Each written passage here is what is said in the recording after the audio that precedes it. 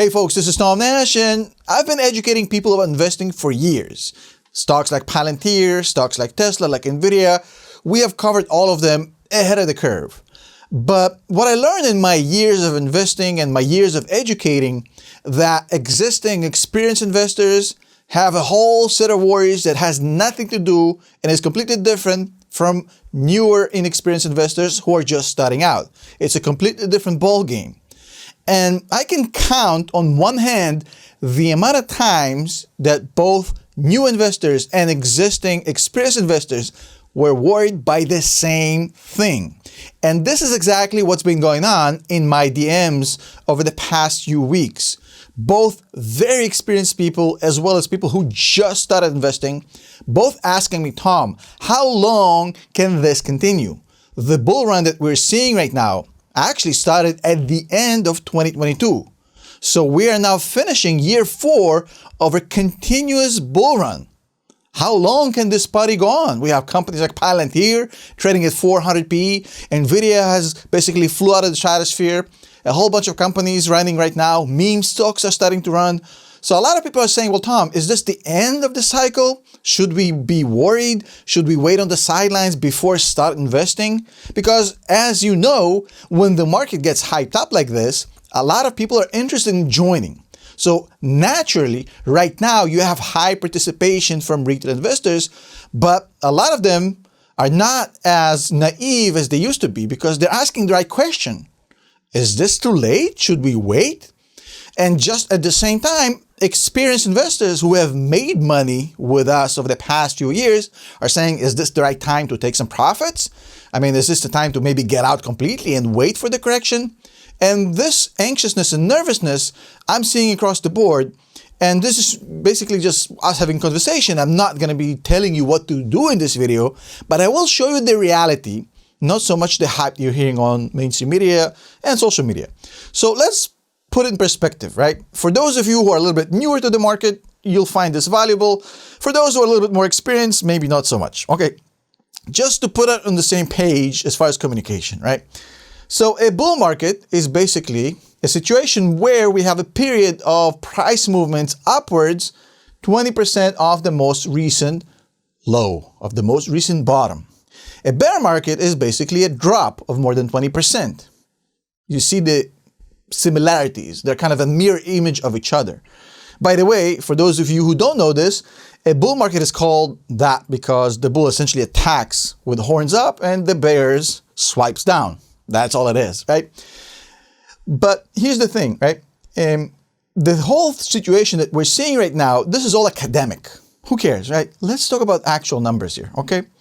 So over the past 3.5 years, since we started this bull run in late 2022, early 2023, this is what the market has done.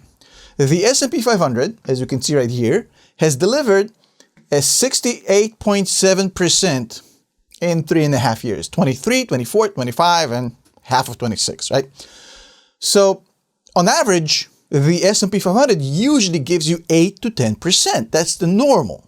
And if you look at this 70% in 3.5 years, clearly we have gone away from the average.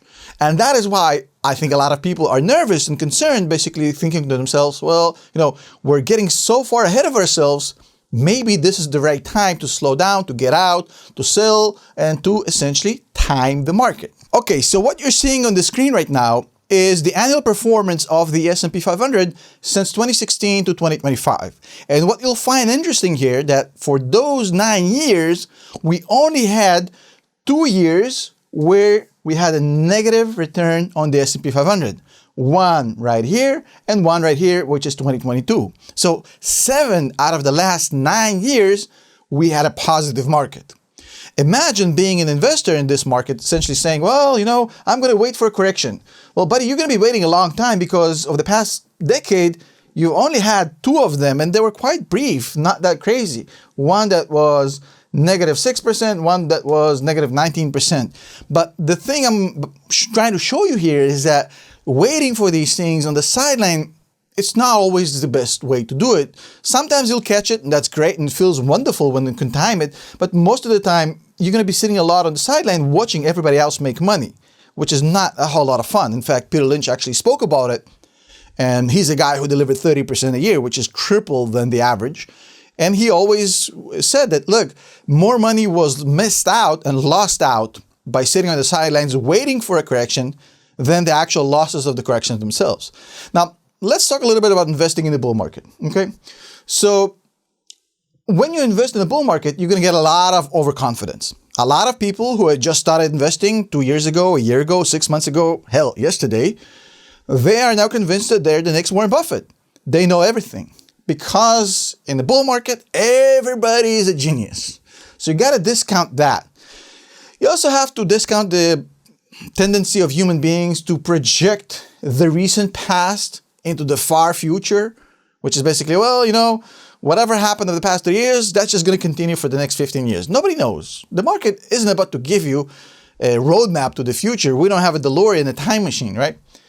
Of course, the herd behavior is probably the biggest culprit in bankrupting retail investors, because in the bull market, everybody goes for the same thing. Palantir, Open Door, whatever, like name me the next stock, and just everybody just flocks inside. And by the way, those could be great stocks, but the herd mentality is also going to bring you really, really bad choices. And of course, misunderstanding the randomness of the market and how long a market can stay rational causes people to sometimes stay in the sideline. A lot of people stayed on the sideline since 2023, since 2024, saying, well, the market is irrational. I'm going to wait for the inevitable correction. And they said it 2 years ago, they said it a year ago, but still no correction. How long it can take? Months, years, days, nobody knows, right? And of course, you can't allow emotions, and you can't allow this idea of, oh, stocks go up, because at the end of the day, stocks always return to the average. The average is like a magnet. It's always going to pull stocks down eventually. Gravity isn't fake. It's also actually exists in the stock market. So if you take into account all of these things, okay, you're ready to take the next step, which I want to take with you right now. Okay, so I think that a lot of investors who started investing recently and have only seen wins and have only seen success and really wonderful success, they, to an extent, have this disease, which is called the Dunning-Kruger effect. And this is a very dangerous situation to be in, but it tends to happen in every bull market. We have people who think they know everything right out of the gate, okay? Then 3 months go by, and they understand, well, it's not that simple. Then a year goes by, and they're like, we're never going to understand this. 3 years go by, and they start saying, I'm starting to understand this. And 5 years go by, and they've come to the conclusion that it's complicated, okay? So investing isn't that simple. It's not that, you know, I'm saying that you can't learn this, but I'm saying a lot of these novice investors in the market right now who are convinced that they know everything, they're really just right here on the chart because they haven't seen what a real market looks like. They've seen the outlier that is the last 3.5 years, and they're sure that, you know, the stock market is such an easy way to make money, and it's not. And they'll find out the hard way. Now, this is what's going to happen to all these meme stock investors right now, to all the craziness you're seeing on social media. You know, I lost track of the tickers that are running around like 800%, 900%, monopoly numbers. The stock market moves in cycles, and these cycles repeat themselves every few years without exception. And they're going to continue to repeat themselves without exception. And that's never going to change. In the beginning, you have some hope. Then you have optimism. Then you have belief. Then you have thrill. Then you finally hit euphoria. And then you have complacency, anxiety, denial, panic, finally capitulation, anger. We've seen anger in 2022. It wasn't that bad of a drop. And then disbelief, and then hope again. And the cycle restarts. And every cycle, the institutional investors and the professional investors and the experienced investors, they use you guys, the retail investors, they use you as roadkill. They use you as pigs for the slaughterhouse. A new cycle of suckers comes in every cycle. It gets washed out of the market. They are living with their underwear pretty much. And then a new cycle joins in a few years later, and they repeat and repeat and repeat this thing again and again and again. Retail has a tendency to buy here, and they have a tendency to sell right here at capitulation, okay?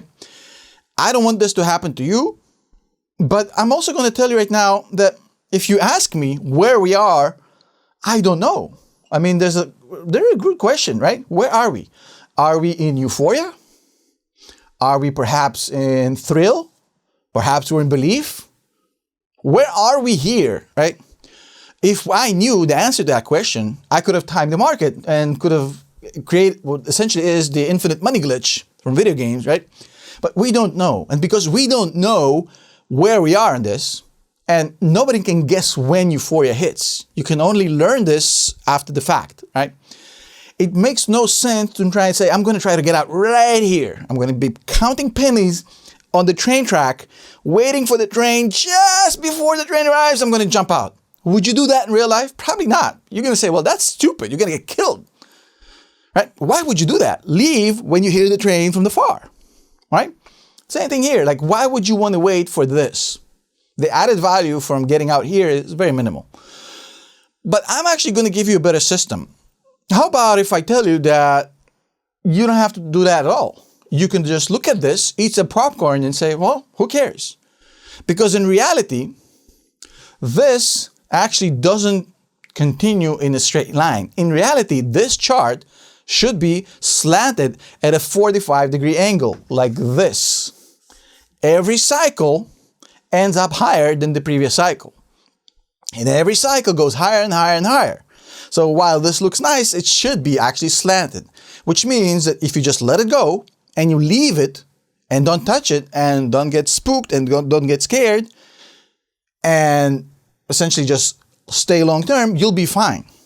Of course, that rarely happens with retail investors because they buy at the top, they go all in at the worst possible time, and they end up selling at the worst possible time as well. And in this video, for the next few minutes, I'm actually going to show you how not to do that, okay? How actually to make money instead of being this, pigs led to the slaughterhouse. Now, a lot of you may ask yourself at this point, well, Tom, why can't we just wait for a correction? I mean, wouldn't it be smarter to just wait and get out? Okay, I'll explain a few things here. Number one, as a general principle, I think you guys should understand that timing the market is not a very smart thing to do. Okay, it's a bad idea. Okay, it's very hard to time the market. Sometimes you think, well, this thing can only go up. This thing cannot get worse. This thing can only go into the stratosphere from here. The market is going to surprise you. Sometimes you think this has to come down. It's over. And then it keeps on going. People said that Palantir was overhyped at $30 per share. We're now at 150, 160. The market doesn't know normal. The market doesn't know rational. In fact, in the short term, the market can stay irrational a lot longer than you guys can stay solvent. Now, one more thing you need to understand. All-time highs are insanely common. People, the market is at all-time high. Guess what? That happens 16 times a year. Oh my God, Tom, blasphemy. Yes, the market hits all-time highs at least once a month, 16 times per year on average. The reason we know this is because since 1950, the US actually had 1,250 all-time highs. That's 16 times per year, okay? So you're going to have a lot of all-time highs. It's not something to get feared about. It's not something to get panicked about. All-time highs are part of the game. They're a feature. They're not a bug. It happens all the freaking time. There's nothing weird about it. And actually not investing in a bull market because it's at an all-time high, you're going to miss out on a ton of opportunity. On a ton of opportunity for no reason. Why would you do that? Now, the crazy part about it, which I showed you in the slant, you remember the slant, the 45-degree angle? It actually gets even better than that. It's not only that the bull runs essentially create this 45-degree angle, and if you look at the S&P 500, you know exactly what I mean over the past 75 years, they actually get bigger. The more bull runs continue to happen, the bigger they become, okay? So as I mentioned earlier, we have 27 bull runs since 1928, okay? On average, we had 115% of gain over 3 years, while bear markets generate a 35% loss over 10 months, okay? What does this mean? This means that if you're playing a long-term game And if you're playing the odds game, which side of the bet you want to be on? The one that has a 3-year lifespan and 115% average, or the one that has a 10-month cycle average and a 35% drop, right? Obviously, the one that has 3 years and 115% is way better. So why would you try and time that when all you can do is just stay there and sit there and let the market do its thing? Because eventually what's going to happen is this. I'm showing you right now. This is the market over the past 100 years, folks. And in the red, we have all the corrections. In the blue, we have all the bull markets. This is from Josh Brown. I think this is Ritz-Holtz. Shout out to him, right? And as you can see on this chart, right, if you zoom out, clearly you can see that the bull markets are a lot more dominant than the bear markets. So which one do you want to do? Do you want to just sit there and let the blue ones take over the red ones? Or do you want to time this one? Or do you want to time this one? Or do you want to time this one? Really? You're going to be sitting here trying to time this one? And look, I get it. A lot of people say right now that the market is crazy, right? The market is irrational. The market is all that and all that. I get it. But look, it could take weeks or months for a market to actually finally correct, even at the peak. Sometimes it can take years. Guess what? The longest bull run we've ever had was actually almost 13 years, and it gave us a 582% increase, okay? If you were waiting for this to end, you were sitting on the sideline for a decade and a half and missing out on 600%, right? It is very hard to find out when the recovery is starting before it happens, okay? It is very hard. So let's say that you have a bull market and now it crashes. And you're sitting on the sideline and you got out and now you're saying, okay, I'm going to jump back in just when I find out that the market starts to improve again. Good. The problem is that improving is a very elusive concept, okay? It's a very elusive concept. And here's the problem. So most investors, when they jump in, okay, they essentially stay out of the market and they miss out on the best 10 days. So this is an example I use a lot. And essentially what it shows you that if you invested for the past 20 years and you put it at $10,000, you would have about $60,000 in 2022. I think this was from 2022, right? So imagine, missing out only the best 10 days of a 20-year period. Those 10 days are going to cost you half of your return. So again, sitting on the sideline may seem like a good idea sometimes, but you have to remember it has a massive cost. Staying out of the market, missing out on the best 10 days can really, really destroy your portfolio. And the best 10 days sometimes happen during bear markets. That's the part people don't understand. In fact, it happens quite often. Now, here's the thing. If you're sitting in the market right now and you're saying, well, I'm going to wait. Fine. You're waiting. The market crashes. And now you're saying, oh my God, when do I jump back in? I'm going to wait for the market to start recovering. But guess what? Okay. The first half is usually very, very hard to spot. Most investors actually join in the second half of the bull run. That's a fact. The problem is that the best performance happens in the first half. In the first half of the bull run, in 74% of the time. Essentially, what you're going to see is that if you're sitting on the sideline, by the time that you jump back in, you have missed out on the better part of the meat, and now you're eating scraps. So why would you want to do that? Now, here's the thing. There is a way to invest in the bull market. I'm going to keep it very, very brief, very, very short, okay? I'm going to show you how to invest in the bull market. Let's take a stock, an imaginary stock that does this. And even though it had lows and highs that are insanely far from each other, I'm going to show you how to get here without timing the market even once. How to buy it and have a cost average of this without buying anything, without timing, without nothing, just by following one simple rule. And the OGs, they'll know what I'm talking about. This is a system I call DCA, dollar cost average. Essentially what it means is investing a fixed amount at regular intervals, okay? This is a system that I've built my whole career on, and both on the investing side and the education side. But essentially, a lot of you that are not that experienced are asking yourself, well, Tom, how does DCA protect us from actually buying the top? Because right now, everybody is afraid from buying at the top. Like, Tom, the market is so hot. We're so afraid of buying at the top. How does it protect you? And this is how, okay? Number one, essentially, you don't go all in at the peak with DCA because you're just buying a little bit at all times. So you'll never go full balls deep at the top. It's impossible. Number two, it's averaging. If you're just buying at intervals, you have an average. So you're lowering the cost without timing the market even once. And number three, it creates discipline against emotions. You're not going to do anything foolish if you follow a system and have a discipline. It's as simple as that.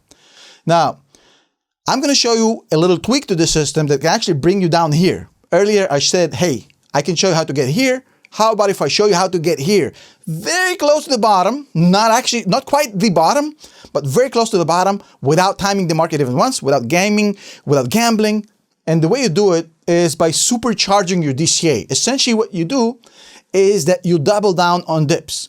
When the stock actually dips, then you increase your DCA. When the stock goes up, you decrease your DCA.